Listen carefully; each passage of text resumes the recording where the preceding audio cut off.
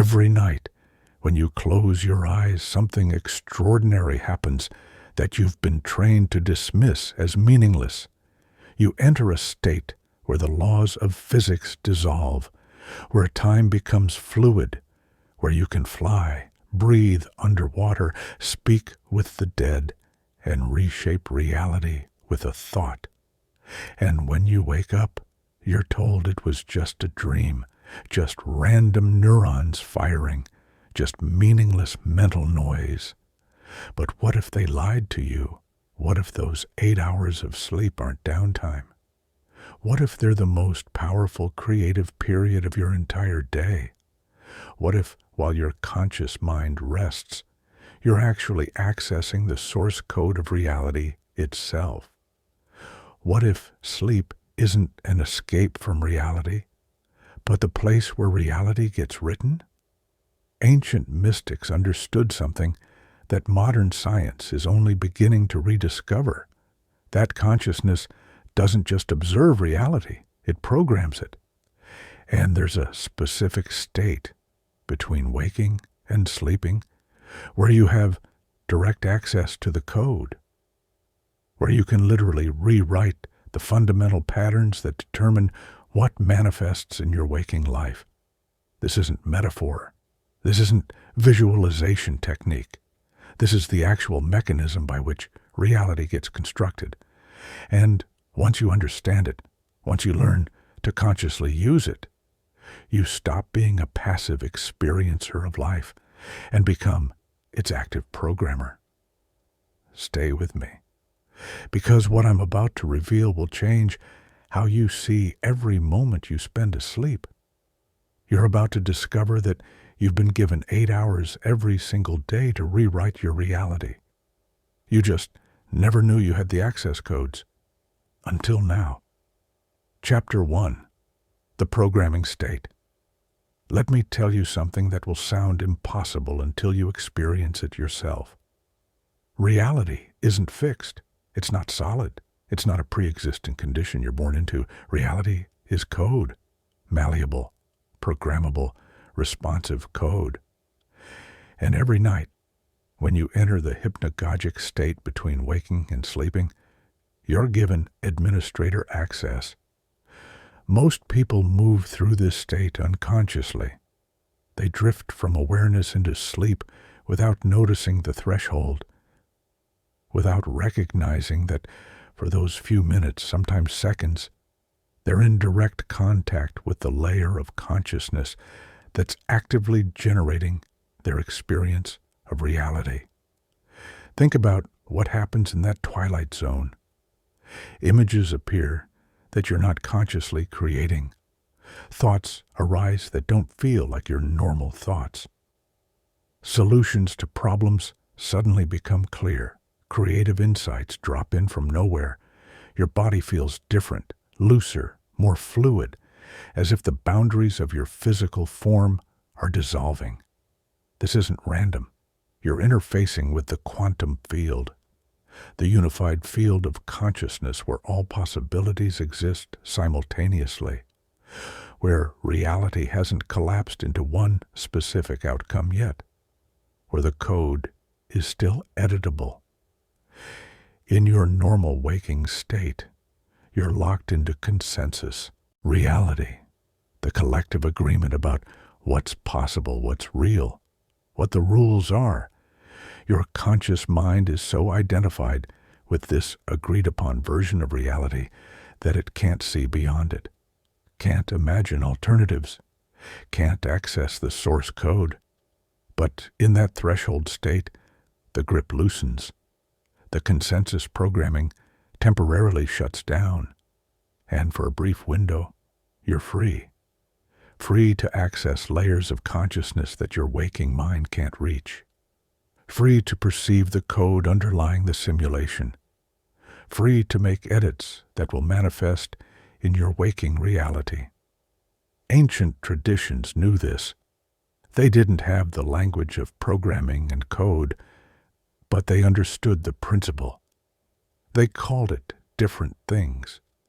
The Hindus spoke of yoga nidra, conscious sleep.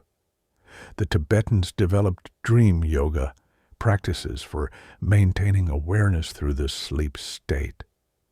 Shamans used this threshold to journey between worlds and bring back healing, information, and power. They weren't doing something supernatural.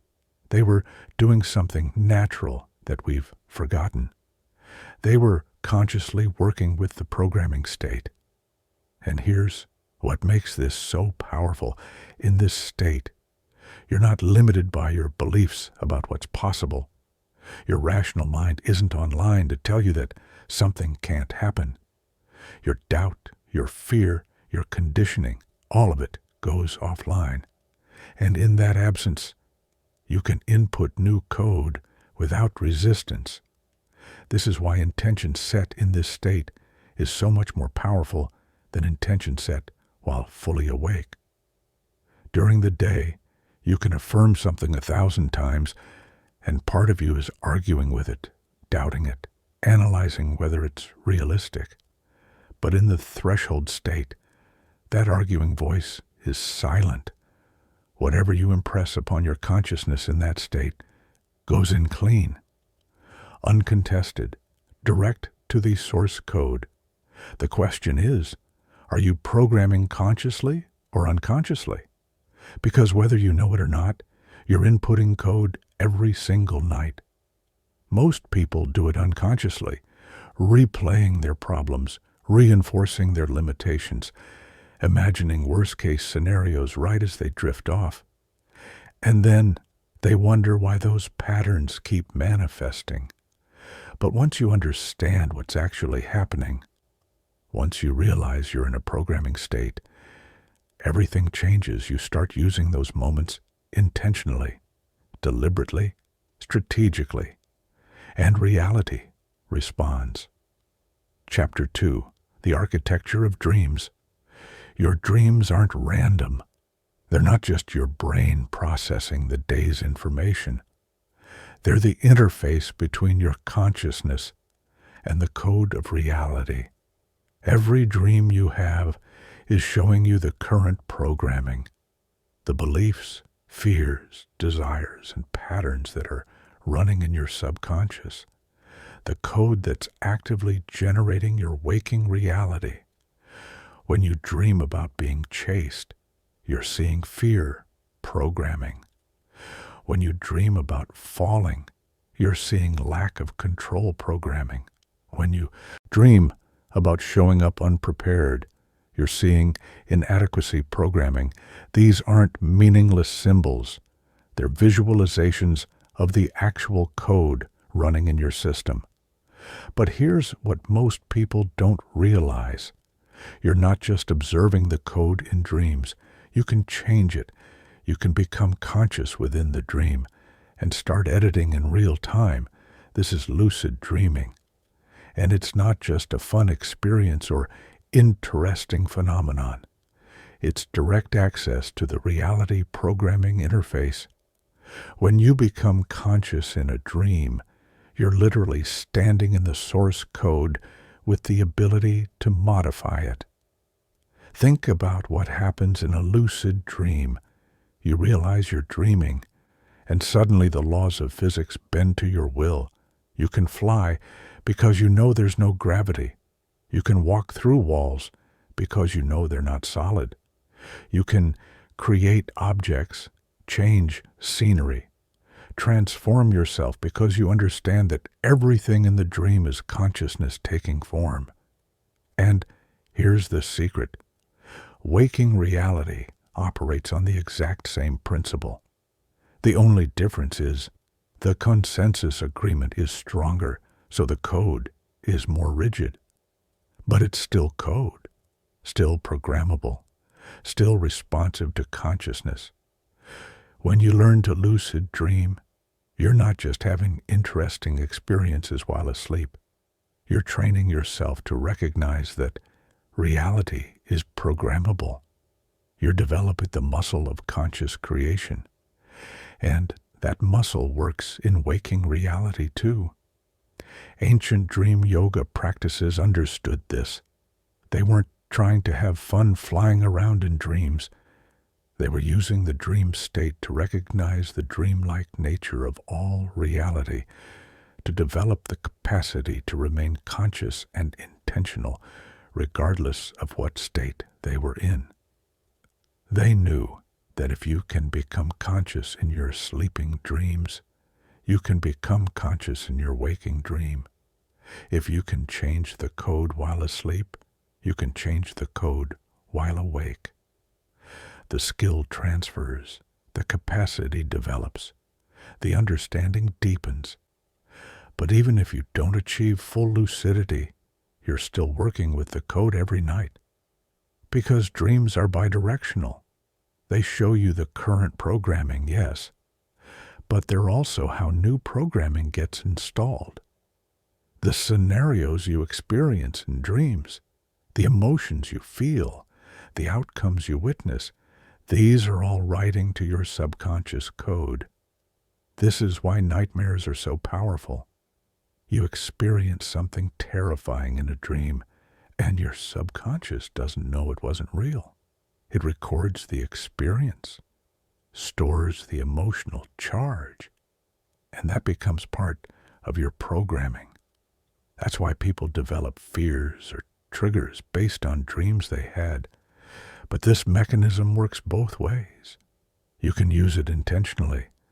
You can feed yourself empowering dreams, dreams of success, of confidence, of desired outcomes manifesting.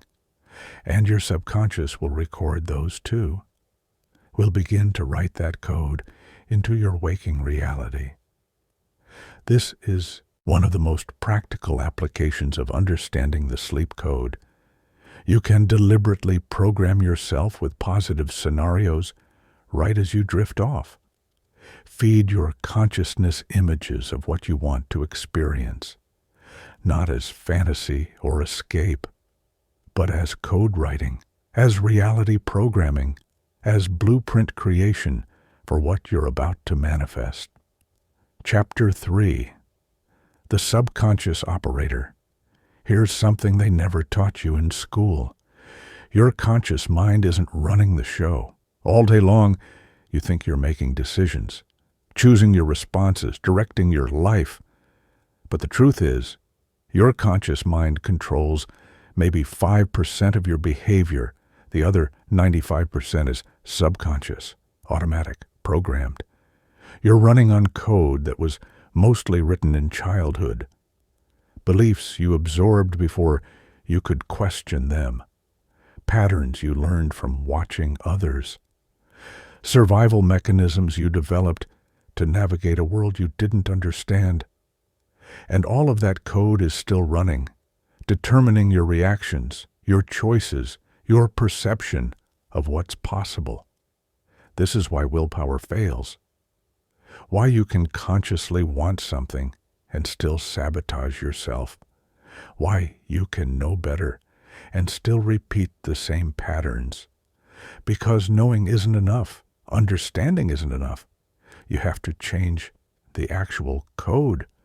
And you can't change subconscious code with conscious effort.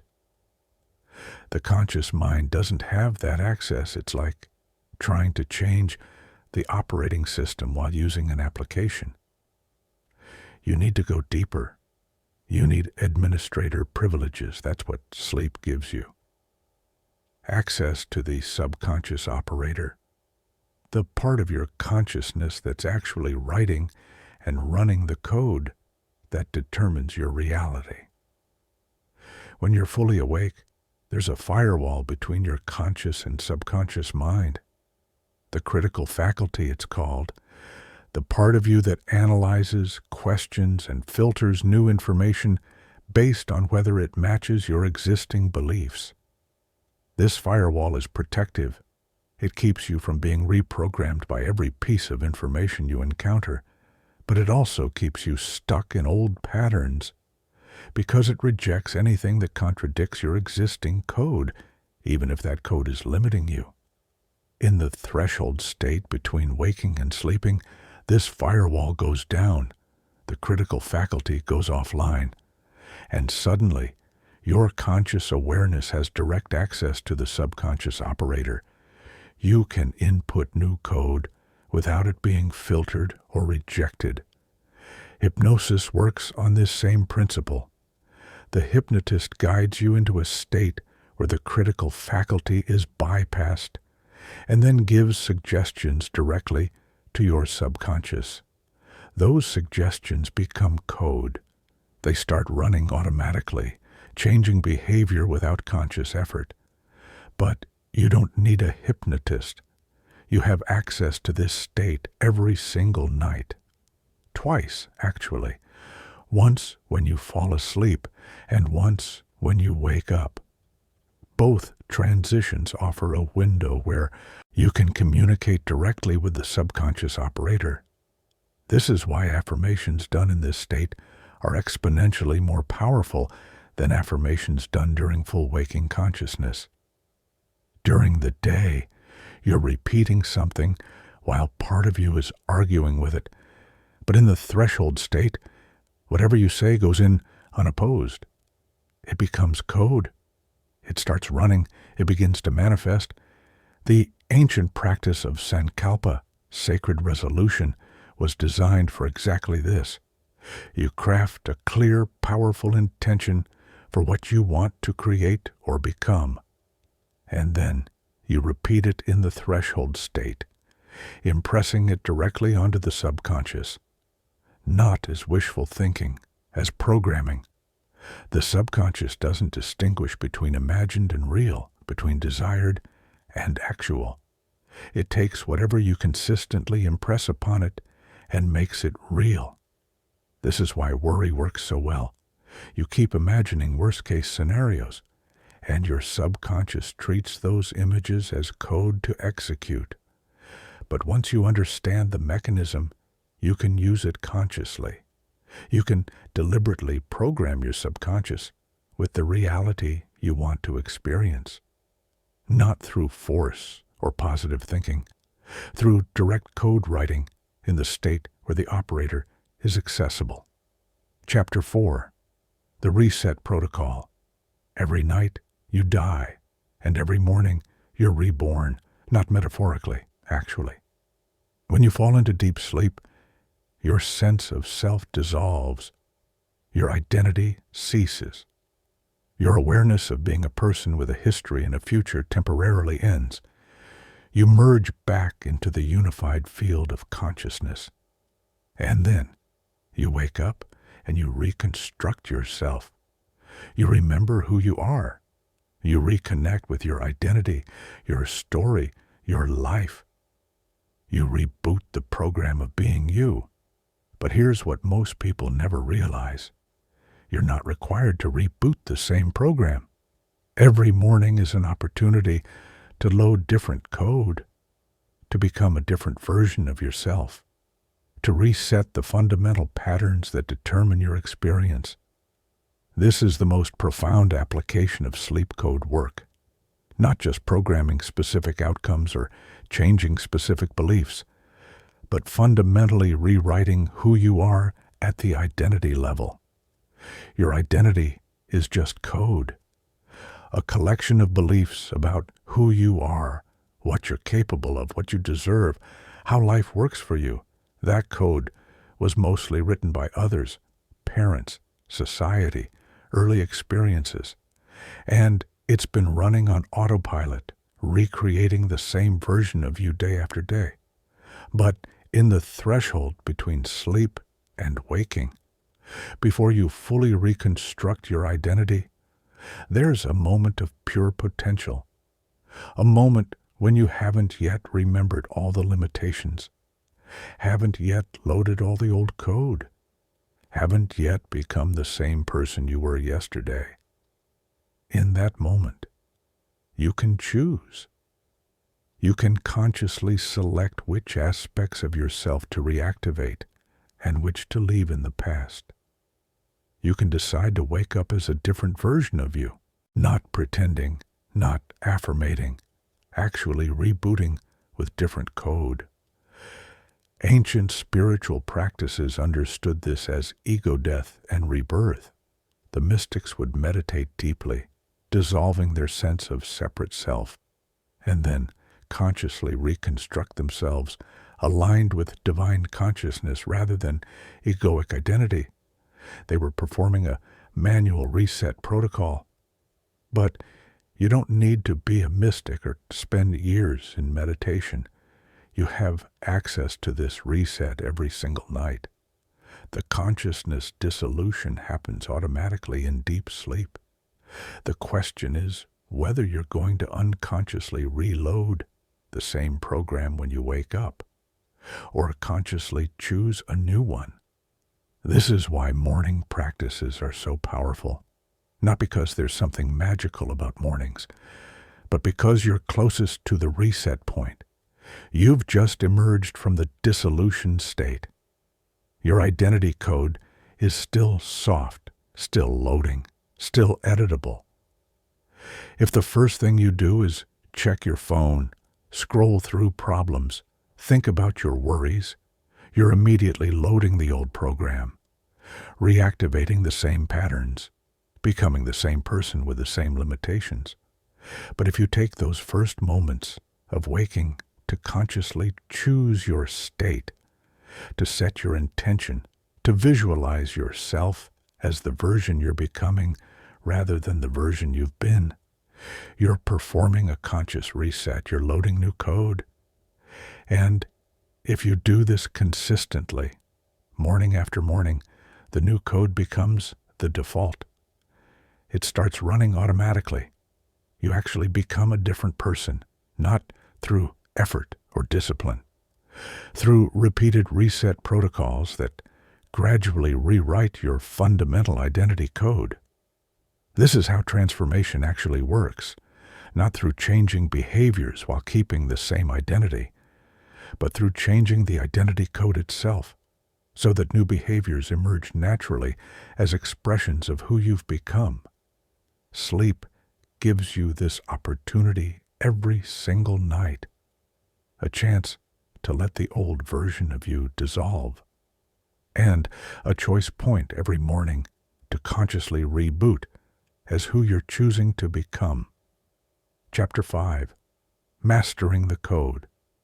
So how do you actually do this? How do you go from unconsciously drifting through sleep to consciously using it as a reality programming tool? It starts with awareness, with recognizing that the threshold states matter, that they're not just transition moments, but actual access points to the source code. Begin paying attention to the moment you're falling asleep. Most people are unconscious of this transition. They're awake, and then they're asleep with no memory of the passage between.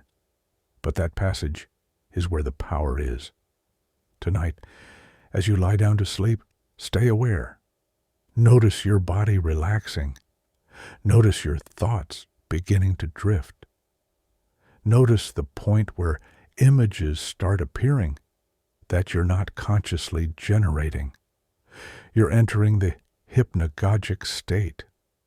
The programming interface is opening. In this state, set your intention, not as a wish or hope, as code, as instruction to the consciousness that's about to spend the next 8 hours generating your reality. Be specific, be clear, be authoritative. You're not asking, you're programming. Some people use affirmations. Some use visualization. Some simply make statements of intention. The form matters less than the state you're doing it from. If you're in the threshold state, with the critical faculty offline, whatever you impress will be received as code. Then, let go. Don't try to control the sleep process. Don't try to force anything. You've input the code. Now trust the system to run it. Sleep, dream, dissolve into the unified field. The programming happens at levels you can't consciously track.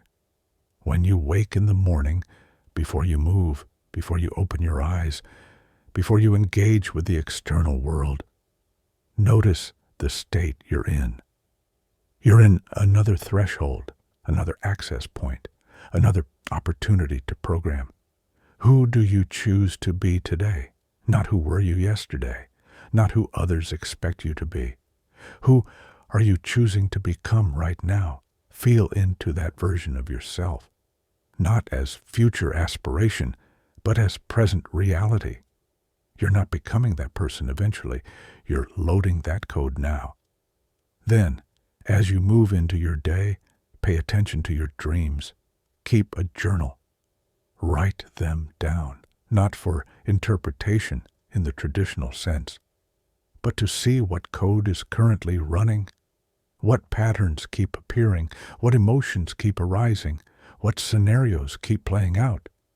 These are showing you the current programming. And awareness is the first step to changing it. You can't edit code you can't see. Dreams make the invisible code visible.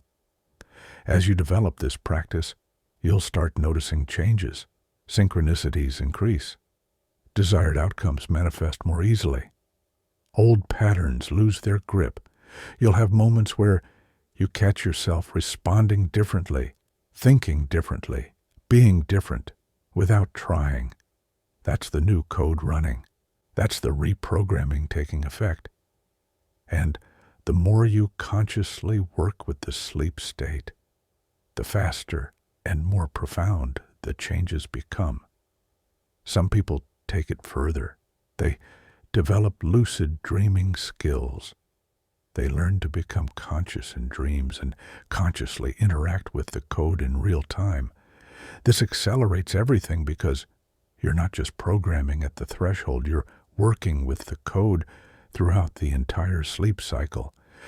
But even without full lucidity, simply understanding what's happening, simply using the threshold states intentionally, creates massive shifts. Because you're no longer defaulting to unconscious patterns. You're actively choosing what code runs, what reality generates, what version of yourself manifests. This is the mastery. Not controlling every detail, not forcing outcomes, but consciously working with the natural programming interface you've been given. Using sleep not as escape or rest, but as the creative laboratory it actually is. Every night, you're given a gift. 8 hours of access to the source code of reality. 8 hours where your consciousness interfaces directly with the quantum field of infinite possibility. 8 hours where you can edit, rewrite, and reprogram the fundamental patterns that generate your waking experience. Most people waste this gift. They drift unconsciously through sleep, randomly dreaming, accidentally programming themselves with whatever thoughts happen to be present as they fade out and wake up. But you're not most people. Not anymore.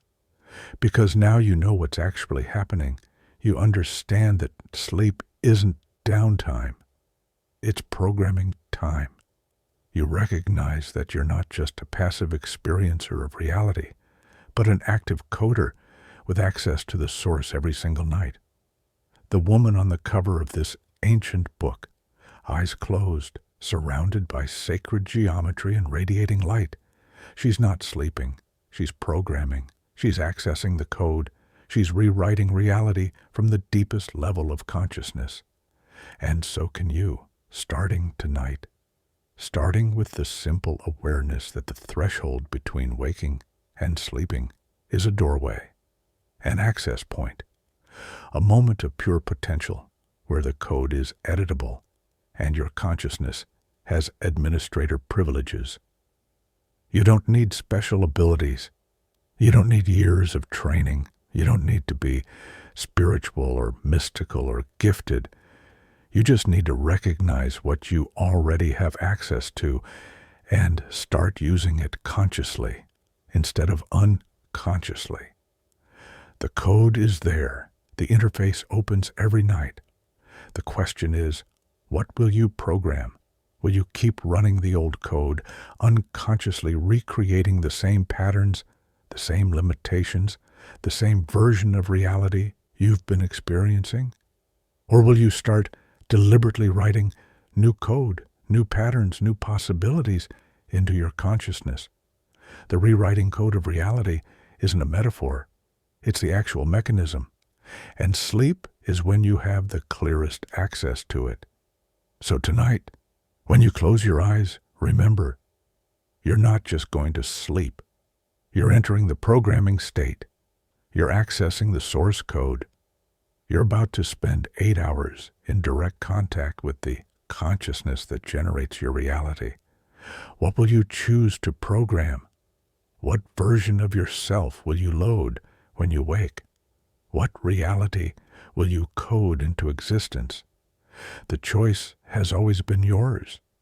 You just forgot you had access to the controls. Now you remember. Now you know. Now you can consciously use what you've been given. Welcome to the programming state. Welcome to the rewriting code of reality. Welcome to the recognition that every night you die to one reality and have the opportunity to wake up in another. The code awaits your instructions. What will you create? Inside your mind right now, there's a pathway you've never been taught to access. A channel between worlds that's been hidden from you since birth. Not hidden because you're not capable of finding it. Hidden because once you discover it, everything changes. Your perception shatters. Your limitations dissolve. And the version of reality you've been living in reveals itself as just one frequency among infinite possibilities. Ancient masters knew about this channel. They mapped it. They taught others how to navigate it. They used it to access knowledge that seemed to come from nowhere, to perceive events before they happened, to communicate across distances without technology, to heal without touching. And then that knowledge was buried, suppressed, lost to time, because a population that knows how to access the hidden channel cannot be controlled, cannot be limited, cannot be told what's possible and what's not. But here's what they couldn't destroy. The channel still exists. It's wired into your consciousness. It's been there your entire life, broadcasting information you weren't trained to receive.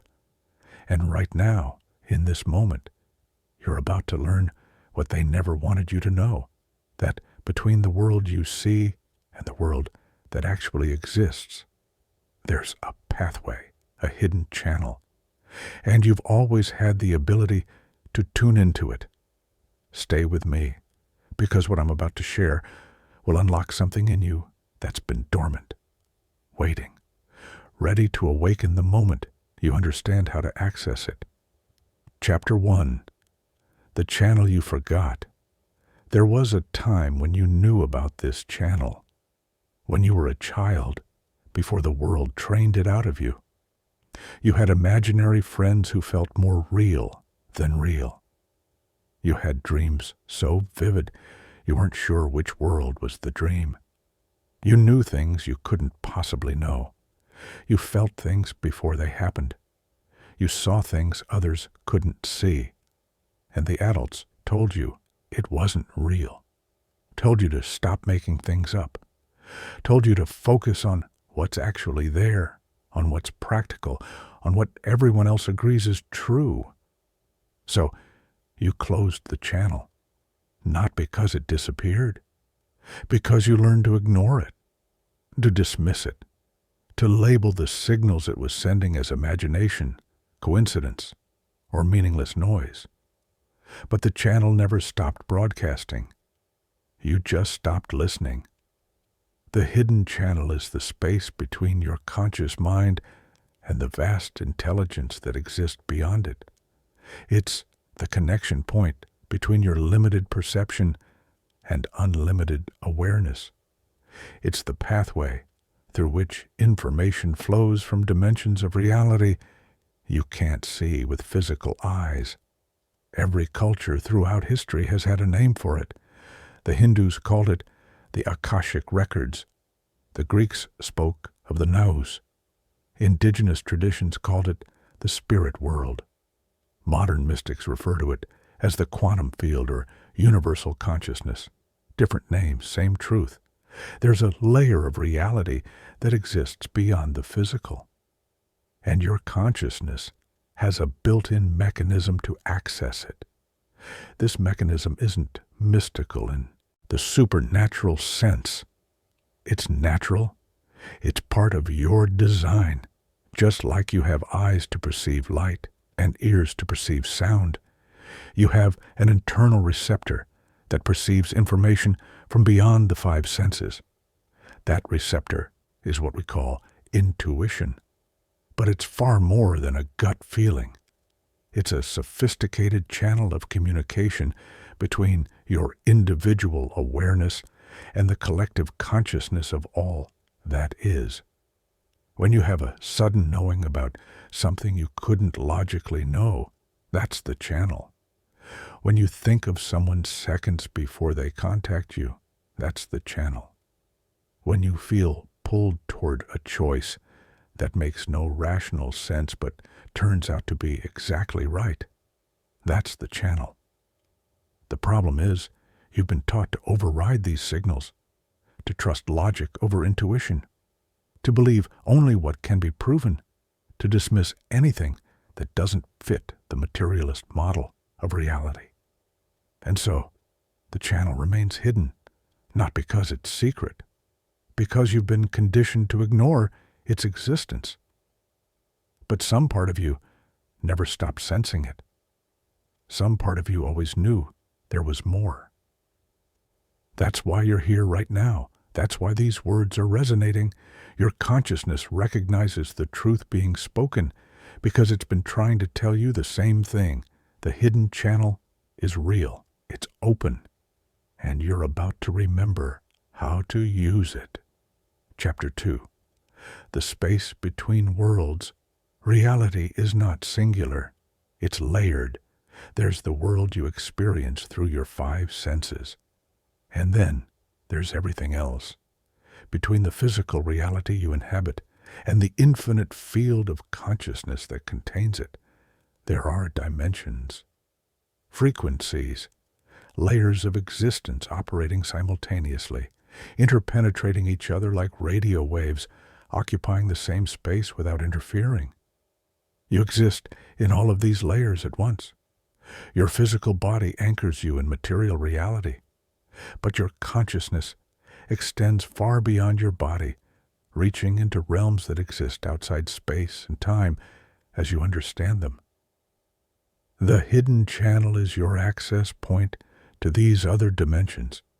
It's the bridge between worlds, and learning to navigate it is learning to expand your awareness beyond the narrow bandwidth you've been taught is all that exists. Ancient traditions knew this.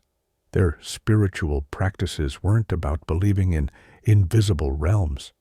They were about directly experiencing them, about training consciousness to perceive what lies beyond ordinary perception. They understood that between waking and sleeping, there's a threshold state. Between thought and silence, there's a gap. Between heartbeats, there's a space. And in these in-between places, the channel opens widest. This is why meditation works. Not because you're trying to empty your mind or achieve some perfect state of peace, but because in stillness, the noise of your thinking quiets enough for you to sense what's always been there beneath it. In that stillness, you begin to perceive the space between your thoughts, and in that space, there's a presence, an awareness that's watching the thoughts, an intelligence that exists independently of your mental activity. That presence is the real you, the consciousness that chose to have this human experience, the awareness that existed before this body and will exist after it. And it's directly connected to the source of all consciousness through the hidden channel. When you learn to rest in that space between thoughts, you're no longer limited to what your physical senses can perceive. You begin to receive information through the channel. Images, knowings, sensations, intuitions that come from beyond your individual mind.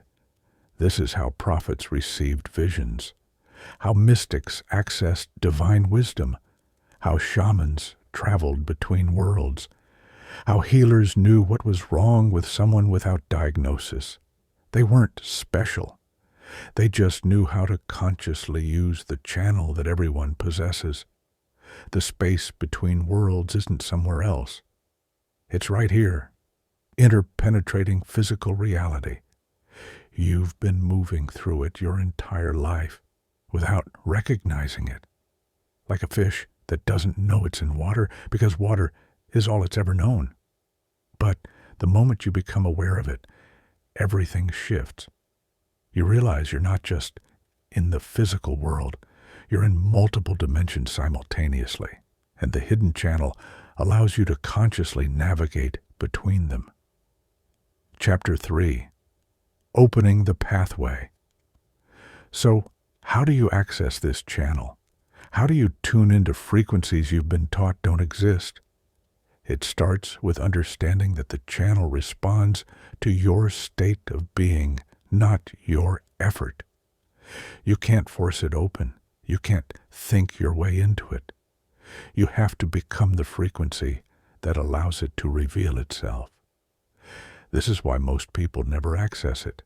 They approach it with the same mindset they use for everything else. They try to figure it out, to control it, to make it happen through willpower and determination. But the hidden channel doesn't work that way. It opens through surrender, through stillness, through becoming receptive rather than forceful, through allowing rather than doing. Think of it like this. Your normal waking consciousness is like static on a radio, loud, chaotic, constantly broadcasting. The hidden channel is a subtle frequency that exists beneath that static. To hear it, you don't need to broadcast louder. You need to become quiet enough to perceive what's already there. This is the practice. Learning to quiet the mental noise, not by suppressing thoughts, but by no longer identifying with them, by recognizing that you are the awareness observing thoughts, not the thoughts themselves. When you rest in that awareness, the channel naturally begins to open. You start receiving impressions, subtle knowings, feelings that carry information, images that appear in your mind's eye without you creating them. At first, you'll doubt these signals. Your rational mind will dismiss them as imagination or coincidence. This is normal. You've been trained to distrust this kind of knowing, to only believe what can be verified externally. But if you pay attention, you'll notice these intuitions are often accurate. That feeling about someone that turns out to be true, that impulse to take a different route that helps you avoid an accident, that sudden thought about someone right before they contact you. These aren't random. They're evidence that you're beginning to consciously receive information through the hidden channel. And the more you trust these signals, the stronger they become. There are practices that help open the channel more fully. Meditation, obviously, but also dream work, because the channel is most active when your conscious mind relaxes its grip during sleep. Spending time in nature, away from the electromagnetic interference of technology. Using breathwork to alter your state of consciousness. Working with sacred plants that temporarily shift perception to reveal other dimensions. But the most important practice is simply this. Pay attention to the space between things, the silence between sounds, the stillness between breaths, the pause between thoughts. That's where the channel lives. That's where the transmission is coming through. The more time you spend in that space, the more you realize it's not empty. It's full, alive, intelligent, and constantly communicating with you through subtle signals that your ordinary mind overlooks. This is how you open the pathway, not by seeking something external, but by becoming still enough to sense what's internal, what's always been there, what's been trying to reach you through the hidden channel your entire life. Chapter 4. What lies on the other side? Once you learn to access the hidden channel, once you develop the sensitivity to receive its transmissions, you discover something extraordinary. There's an intelligence on the other side, a consciousness that responds to you, that communicates with you, that's been waiting patiently for you to remember how to listen. Some call it God, some call it the universe, some call it higher self or source consciousness. The name doesn't matter. What matters is that it's real, it's interactive, and it has access to information your individual mind cannot possibly possess. This is where genuine intuition comes from. Not from your subconscious processing information you've forgotten, but from a source of knowing that exists beyond your personal mind, that can see patterns you can't see, that exists outside of time, and can therefore perceive probable futures. When you ask a question into the hidden channel and receive an answer, that answer isn't coming from you, it's coming through you. Your consciousness is acting as a receiver, translating information from the field into language your mind can understand.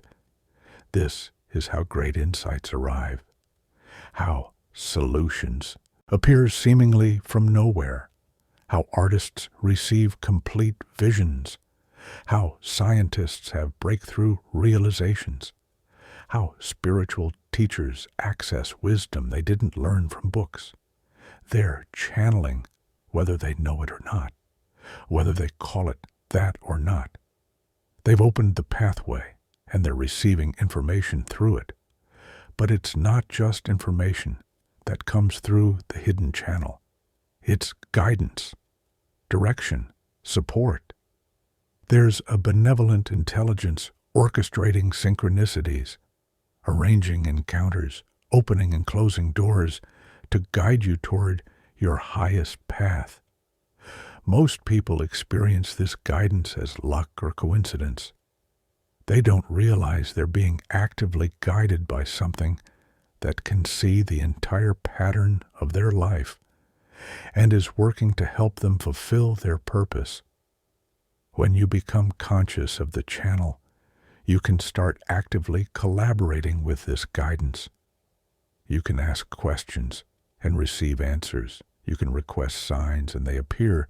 You can surrender to the flow and watch as life arranges itself in ways that seem impossible.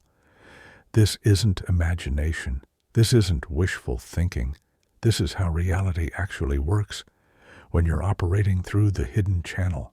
Synchronicities multiply, doors open, the right people appear, resources manifest, obstacles dissolve. Because on the other side of the channel is the creative intelligence that's orchestrating all of existence. And when you align with it, when you open yourself to receive its guidance, you're no longer operating alone with your limited individual mind. You're connected to something infinite, something that knows things you don't know, something that can see what you can't see, something that wants you to fulfill your potential and will help you do so if you let it. This is the promise of the hidden channel, not just access to information, but partnership with the very consciousness that's creating reality itself. Chapter 5. Living from the channel. Once you've discovered the hidden channel, once you've learned to access it and trust its guidance, The question becomes, how do you live from this place? Because knowing the channel exists is different from letting it guide your life.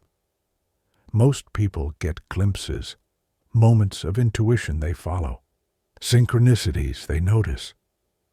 But then they return to living from their thinking mind, only remembering the channel when something dramatic happens.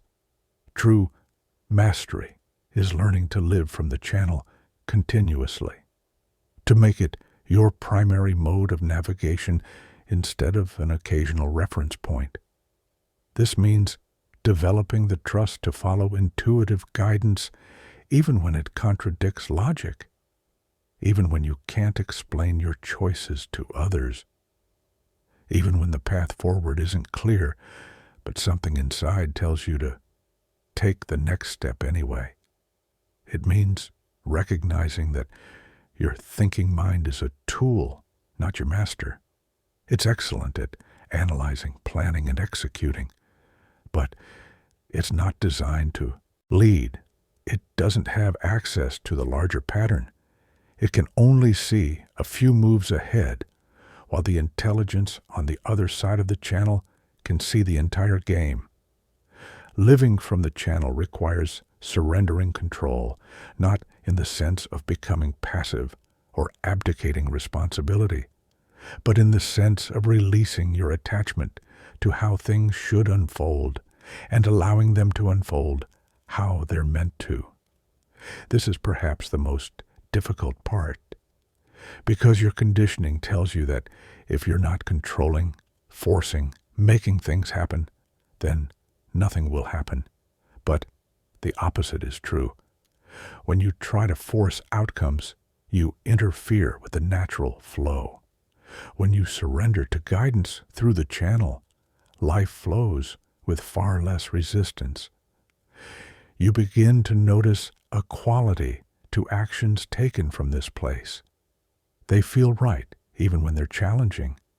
There's an ease beneath the effort, a sense that you're being carried by something larger than yourself, a knowing that even if you can't see the destination, the path will reveal itself step by step, and miraculous things start happening.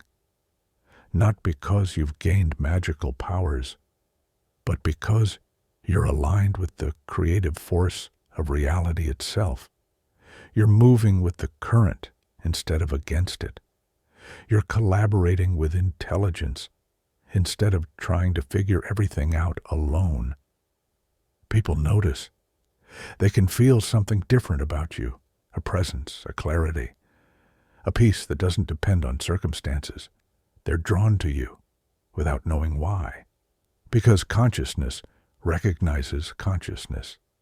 And when someone is living from the hidden channel, it broadcasts a frequency that others can sense, even if they can't name it.